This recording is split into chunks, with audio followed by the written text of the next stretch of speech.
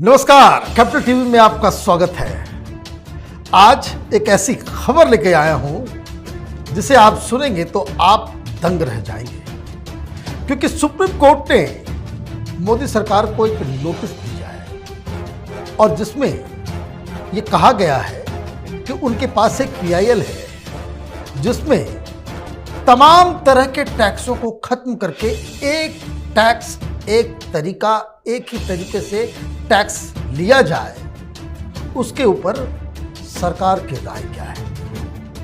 PIL जो दायर हुआ है उसे पीआईएल मैन अश्विनी उपाध्याय जी ने डाला है और जो आइडिया उन्होंने दिया है, जो मांग उन्होंने की है, वो इतना इंटरेस्टिंग है कि बिजनेस कम्युनिटी तो वाह वाह कर रही है। सरकार का खजाना भी बढ़ेगा और जो नियम कानून के चक्कर में ये तमाम तरह की जीएसटी, तो वैट, तो पता नहीं, तो इनकम टैक्स, ये सारे पचड़े अपने आप खत्म हो जाएंगे। क्या है इस नए प्रस्ताव इस पीआईएल में, ये जानने और समझने के लिए हमारे साथ अश्विनी उपाध्याय जी, आपका बहुत बहुत स्वागत है। क्या नया कमाल आपने किया है? देखिए मनीष जी, हमारे देश में अगर आप चंद्रगुप्त तक देखें, चाणक्य तक देखें, तो हमारे देश में वन नेशन वन टैक्स ही होता था। ये इनकम टैक्स और जीएसटी और वैट और टीडीएस ये सब कुछ नहीं होता था। ये स्टेट टैक्स कुछ नहीं होता था। 10 तरह का चीज। मैंने चाणक्य अर्थशास्त्र पढ़ा, वहां तक केवल एक टैक्स था।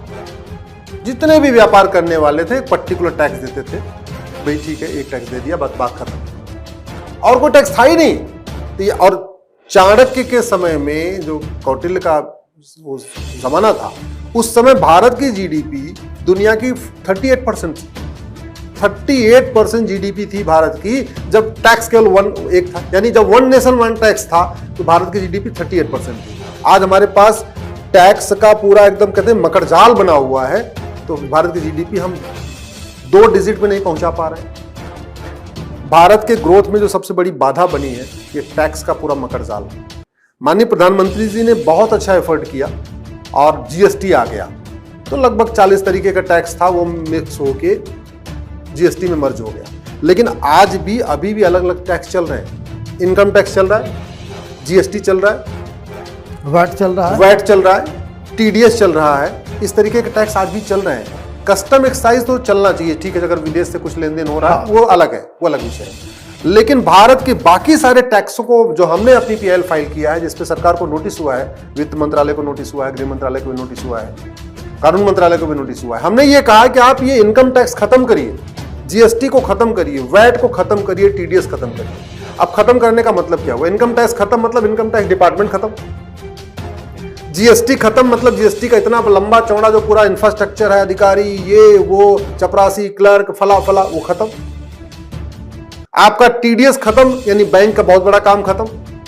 आपका वैट खत्म, तो जो पूरा वैट का कमिश्नर, ये वो सब चल रहा है, वो खत्म। तो पहली बात तो ये टैक्स खत्म करने से कम 50,000 करोड़ जो सैलरी जा रही है, इनकम टैक्स के ऊपर जा रही है, जीएसटी के ऊपर, जीएसटी के डिपार्टमेंट में जा रही है, वैट के चल रही है, वो सैलरी जरूरत ही नहीं है। ऐसे लोग हमें नहीं चाहिए। इनकम टैक्स कमीशन नहीं चाहिए, जीएसटी कमीशन नहीं चाहिए नहीं है। दूसरा, बिजनेसमैन जो सबसे ज्यादा परेशान है वो इन टैक्स के झमेलों से परेशान है। हर महीने में उसको जीएसटी का फॉर्म भरना है, वैट का अलग रिकॉर्ड रखना है, इनकम टैक्स का अलग रिकॉर्ड रखना है, टीडीएस का अलग रिकॉर्ड रखना है, कहाँ कितना दिया उसको ही करना है। हम और आप भी परेशान है, टैक्स दे के परेशान है। और टैक्स का मकड़जाल ऐसे देखिए, किसान एक लिमिट के बाद अगर पैसा किया, उसने टैक्स दे दिया। उसके बाद उसने जो कमाया, उसने अपने बच्चे को स्कूल भेजा, तो स्कूल में जो पैसा आया उसका भी अलग टैक्स हो गया। किसान डॉक्टर के पास गया, इलाज कराया, उसने भी टैक्सेबल पैसा दिया। डॉक्टर ने कुछ वकील के पास आया तो डॉक्टर ऑलरेडी टैक्स है। तो टैक्स के ऊपर टैक्स, मतलब डॉक्टर भी टैक्स दे रहा है, वकील भी टैक्स दे रहा है, टीचर भी टैक्स दे रहा है, सब जज भी टैक्स, सब टैक्स, और टैक्स के ऊपर टैक्स दे रहे हैं। और सारा टैक्स देने के बाद जब साल में सैलरी मिली, बोला जी इस पे भी आपने साल भर में इतना कमाया, इतना इनकम टैक्स हो गया। इसलिए सारे टैक्स खत्म कर दिए जाए। हमने ये प्रपोज किया है, आप केवल वन नेशन वन टैक्स लगाइए, जिसको कहते हैं बीईटी। हमने कहा बैंकिंग ट्रांजैक्शन टैक्स लगाइए। ये पहले फिजिबल नहीं था, लेकिन आज की डेट में फिजिबल है। और आज की डेट में जो फिजिबल है उसमें भी और वर्तमान सरकार और मैं खासतौर पर प्रधानमंत्री जी को ही उसका भी मैं अब श्रेय देना चाहता हूँ कि आज बीटीटी या one nation one tax feasible कैसे है। फिजिबल इसलिए है कि आज की डेट में गरीब से गरीब आदमी बैंक से जुड़ चुका है। 48 करोड़ जनधन खाते खोले गए, 48 करोड़। भारत में पहले टोटल 55 करोड़ खाते थे कंप्लीट टोटल, आज की डेट में 225 करोड़ खाते हैं। Saving account, current account, post office का अकाउंट, जनधन सारा मिला दीजिए तो 225 करोड़ खाते। टोटल परिवार भारत में रहते हैं 30 करोड़, खाते हैं 225 करोड़। इसका मतलब हर परिवार में ऑन एन एवरेज 8 खाता है। इसका जो सबसे बड़ा अब वन नेशन वन टैक्स इसलिए पॉसिबल है, फिजिबल है, क्योंकि सब सारे परिवार के पास आपके पास आधार है। 130 करोड़ आधार, 30 करोड़ परिवार, 130 करोड़ आधार, यानी हर परिवार में 4-5 आधार।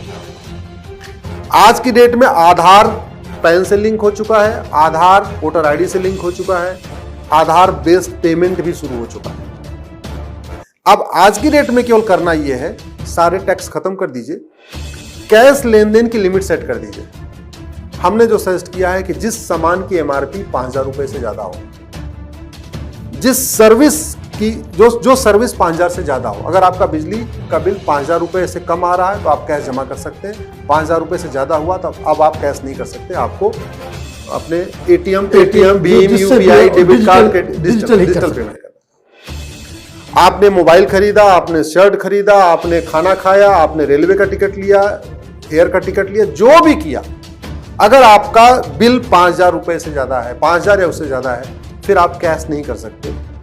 आपको केवल इतना करना है कि आपने 100 रुपए का सामान खरीदा तो आपको 1 रुपए एक्स्ट्रा यानी 101 रुपए देना। आपने 1,000 का सामान खरीदा तो आपको 10 रुपए एक्स्ट्रा, 1,010 देना। आपने 1 लाख का सामान खरीदा तो आपको 1,01,000 देना। मतलब सारे टैक्सेस खत्म, सारे टैक्स खत्म, और सिर्फ अपने जो आप जो खरीदारी कर रहे हैं, हाँ, वो मतलब इनकम टैक्स खत्म, इनकम टैक्स खत्म। जितना आप खरीद रहे हैं, जो खर्च कर रहे हैं, उसमें 1% आप सरकार को दे रहे हैं, बस एडिशनल। इसमें आम जनता अभी बहुत ज्यादा टैक्स दे रही है, तो जनता के लिए भी सहूलियत होगी। बिजनेसमैन परेशान है, पूरा डिपार्टमेंट उसका एक डिपार्टमेंट ही अकाउंटिंग सेक्शन होता है, एक टैक्सेशन डिपार्टमेंट है जहां जीएम लेवल तक के लोग रखे हुए हैं, उसकी जरूरत नहीं, वो भी खत्म। बिजनेसमैन पूरा परेशान हुआ है कि कहीं यहां से कोई नोटिस ना आ जाए, यहां से नोटिस ना आ जाए, यहां से नोटिस ना आए, दुनिया भर में उसको डेट याद रखनी पड़ी, इसकी डेट कट ऑफ डेट ही है, वो कट ऑफ डेट सब खत्म। तो बिजनेसमैन भी, छोटा बिजनेसमैन बड़े सामान खरीद रहा है 1% दे दे रहा है, बड़ा वाला बिजनेसमैन डिस्ट्रीब्यूटर्स खरीद रहा है वो उसको 1% दे रहा है, डिस्ट्रीब्यूटर सीधे फैक्ट्री से सामान खरीद रहा है वो उसको 1% दे रहा है, फैक्ट्री वाला जिससे रॉ मटेरियल खरीद रहा है उसको 1% दे रहा है। बस 1% देते रहना है, ऑनलाइन देते रहना है। इतने में ही सरकार के पास अभी जो इनकम आ रही है लगभग उसकी 1.25 गुनी हो जाएगी। तो सरकार के भी बल्ले बल्ले। अब ये होगा कैसे? होगा ये कि जो लीकेज है ना, वो लीकेज खत्म हो जाएगा। टैक्स चोरी खत्म, जीएसटी की चोरी खत्म, इनकम टैक्स की चोरी खत्म, वैट की चोरी खत्म, भ्रष्टाचार खत्म, और पूरा smooth one nation one tax भी हो गया। आपको बस इतना ही करना पड़ेगा, इसमें बड़ी नोट बंद करना पड़ेगा, 100 रुपए से बड़ी नोट बंद करनी पड़ेगी, 5,000 रुपए से महंगे सामान का कैश लेन देन बंद करना पड़ेगा, और ये सारे टैक्स खत्म करके आपको सिंपल, इसको हम बीटीटी कहते हैं, बैंकिंग ट्रांजैक्शन टैक्स, क्योंकि आपको मोबाइल के जरिए देना बैंक को, उसको बीटीटी कहते हैं। इस बीटीटी का फायदा जरा देखिए, इस बीटीटी के आते ही पूर्वोत्तर का अलगाववाद खत्म हो जाएगा। वो कैसे? वो इसलिए कि अभी आपने मणिपुर में हिंसा हुई है, हिंसा के बाद जब हिंदुओं ने पलायन किया है तो वहां पे जो लोग खड़े हैं जश्न मना रहे हैं, उनकी राइफलें देखिए, 10-10 लाख रुपए की उनकी राइफलें हैं। इलीगल 10-10 लाख रुपए की राइफल कहां से आई? ब्लैक मनी से आई। जब बीटीटी लागू हो जाएगा, ब्लैक मनी जनरेट ही नहीं होगा, कोई सामान 5,000 रुपए से महंगा है वो आप कैश में खरीद ही नहीं सकते हो, तो ब्लैक मनी जनरेट नहीं होगा, तो अलगाववादियों के पास पैसे खत्म हो जाएंगे, और अलगाववादियों के पास जो पैसा है भी वो खर्च कर ही नहीं सकते, क्योंकि आपके पास पूरा सिस्टम ऐसा हो गया कि आप जो है कोई चीज 5,000 रुपए से महंगा खरीद ही नहीं सकते। बीटीटी आने से नक्सलवाद माओवाद खत्म हो जाएगा, क्योंकि नक्सली और माओवादियों की पूरी फंडिंग हवाला के जरिए होती है, ब्लैक मनी से होती है। तो बीटीटी आते आते ही ब्लैक मनी खत्म हो गया, ब्लैक मनी खत्म हो गया, हवाला खत्म हो गया, हवाला खत्म हो गया, तो नक्सलवाद माओवाद खत्म हो गया। बीटीटी के आते ही ये जो जिहाद का बिजनेस चल रहा है, ये जिहाद 100% नहीं, मैं कह रहा हूं 50% खत्म हो जाएगा। धर्मांतरण 50% खत्म हो जाएगा, तो कम हो जाएगा। ये जो कन्वर्जन का रैकेट क्रिश्चियन मिशनरी चला रही है, इनकी फंडिंग कैसे आ रही है? इनकी फंडिंग विद इन कंट्री आ रही, बाहर से भी आ रही है लेकिन विद इन कंट्री भी आ रही है। विद इन कंट्री आ रही है और उस पूरा पैसा यूज कर रहे हैं। जैसे किसी को लालच देते हैं, तू कन्वर्ट हो जा, मैं तेरे को बाइक दे दूंगा। अब वो पैसा बाइक खरीदने, जब बाइक कैश में खरीद ही नहीं सकते तो बाइक देंगे कैसे? जब बाइक देंगे नहीं तो कन्वर्ट क्यों होगा? दूसरा एग्जांपल आपको देता हूं। ये जो आज की डेट में जो ग्रूमिंग गैंग चल रहा है भारत में, पंचर छाप लड़के जो जिंदगी में कभी उन्होंने 10 रुपए भी नहीं देखा है, उनको बढ़िया बाल वाल कटा के, उनको नहला धुला के उनको बाइक दे दी जाती है, उनको जीन्स दे दिया जाता है, स्मार्टफोन दे दिया जाता है, कहा जाता है तुम स्कूल कॉलेज के आसपास चक्कर लगाओ। ऐसे चल रहा है ना, खूब चल रहा है। जब वो मोबाइल खरीद ही नहीं पाएगा और खरीदने की कोशिश करेगा जैसे ही ऑनलाइन, सरकार की नजर में आ जाएगा भाई ये कमाता तो है नहीं, इसने 30,000 का मोबाइल खरीदा कैसे? ये कमाता तो है नहीं, इसने 60,000 70,000 की बाइक कैसे खरीदी, 1 लाख की बाइक कैसे खरीद लिया? तो इसमें क्या हुआ कि जैसे ही कोई आदमी इलीगल कोई एक्टिविटी करेगा तुरंत पकड़ में आ जाएगा, तुरंत सरकार को, मतलब वो बदमाशी करेगा कलकत्ता में, बंगाल में, और यहाँ दिल्ली के वित्त मंत्रालय को और आरबीआई को यहीं दिल्ली में बैठे बैठे पता चल जाए कि फला आदमी इस समय मुर्शिदाबाद में 60,000 रुपए की मोबाइल खरीद लिया है और इसका हिस्ट्री ये बता रहा है कि तो कमाता ही नहीं है। सरकार के पास दोनों है ना, सरकार को यह भी पता चल रहा है कि अश्विनी उपाध्याय साल में कितना कमाते हैं, सरकार को यह भी पता चल रहा है कि अश्विनी उपाध्याय साल में खर्च कितना कर रहे हैं, क्योंकि कैश में कुछ ले ही नहीं सकते। अल्टीमेटली ट्रेन में जाएंगे, प्लेन में जाएंगे, खाना खाएंगे, होटल में जाएंगे, हर जगह ऑनलाइन ही पैसा हो रहा है। और पैसा में आप 1% आप एक्स्ट्रा दे रहे हैं, 1% दे रहे हैं। तो सरकार को यह भी पता चल रहा है कि मेरे पास आय से कम संपत्ति है, आय से ज्यादा संपत्ति है, हमारे पास बेनामी संपत्ति है कि व्हाइट प्रॉपर्टी है, और सरकार के पास इनकम टैक्स भी आ रहा है। तो इसलिए मैं कह रहा हूं कि पुलिस का आधा काम खत्म हो जाएगा। ईडी को जो इतना छापेमारी करनी पड़ रही है ब्लैक मनी पकड़ने के लिए, उसकी जरूरत ही नहीं पड़ेगी। सीबीआई को जो बार बार रेड करना पड़ रहा है उसको करना नहीं पड़ेगा।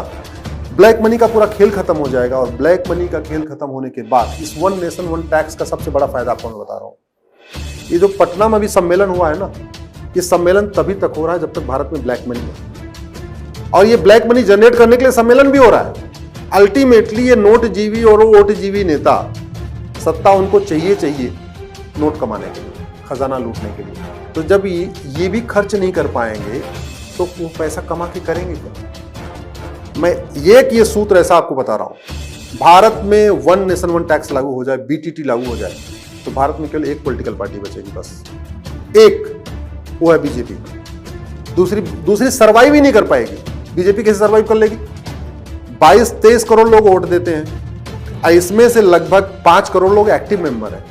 5 करोड़ लोग वो ऐसे लोग हैं जो कुछ पैसा भी दे सकते हैं, 100 रुपए, 200 रुपए, 500 रुपए दे सकते हैं, आराम से दे सकते हैं, खुशी खुशी दे सकते हैं। तो बीजेपी तो सर्वाइव कर लेगी, लेकिन बाकी जितनी पॉलिटिकल पार्टियां जो ब्लैक मनी के ऊपर टिकी हुई है, चाहे कांग्रेस हो, आरजेडी हो, सपा हो, बसपा हो, टीएमसी हो, डीएमके हो, जितनी पॉलिटिकल पार्टियां जो केवल और केवल ब्लैक मनी के ऊपर टिकी हुई हैं, जिनका फंडा है, जो उनको चंदा भी आ रहा है वो 80% 90% कैश में दिखाते हैं।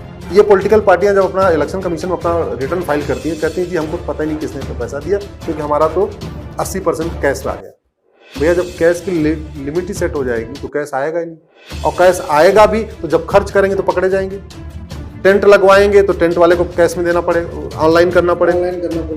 बैंड बाजा लगवाएंगे तो वो भी करना पड़ेगा। जितनी गाड़ियों को वहाँ पे खर्चा आएगा वो ऑनलाइन करना पड़ेगा। जब सारा करना पड़ेगा तो कौन कितना खर्च कर रहा है भी पकड़। तो पॉलिटिकल करप्शन खत्म होगा, एडमिनिस्ट्रेटिव करप्शन खत्म होगा, लोग घूस लेना छोड़ देंगे, क्योंकि घूस लेके करेंगे क्या? आप जरा सोचिए, जो इंजीनियर घूस लेता है, या जो अधिकारी या तहसीलदार घूस लेता है, थानेदार घूस लेता है, कलेक्टर घूस लेता है, जज घूस लेते हैं। आज के डेट में जज जुडिशरी में बहुत भ्रष्टाचार है। वो घूस लेके करते क्या है? लग्जरी आइटम खरीदते हैं, मोबाइल खरीदते हैं, लग्जरी कार खरीदते हैं, विदेश घूमते हैं, सब आ जाएगा। वो जब कोई काम कर ही नहीं सकते कैश में, और फिर कैश देगा कौन? कैश निकालेगा बैंक से तो भी तो पकड़ा जाएगा, कहां निकाल लिया इतना पैसा।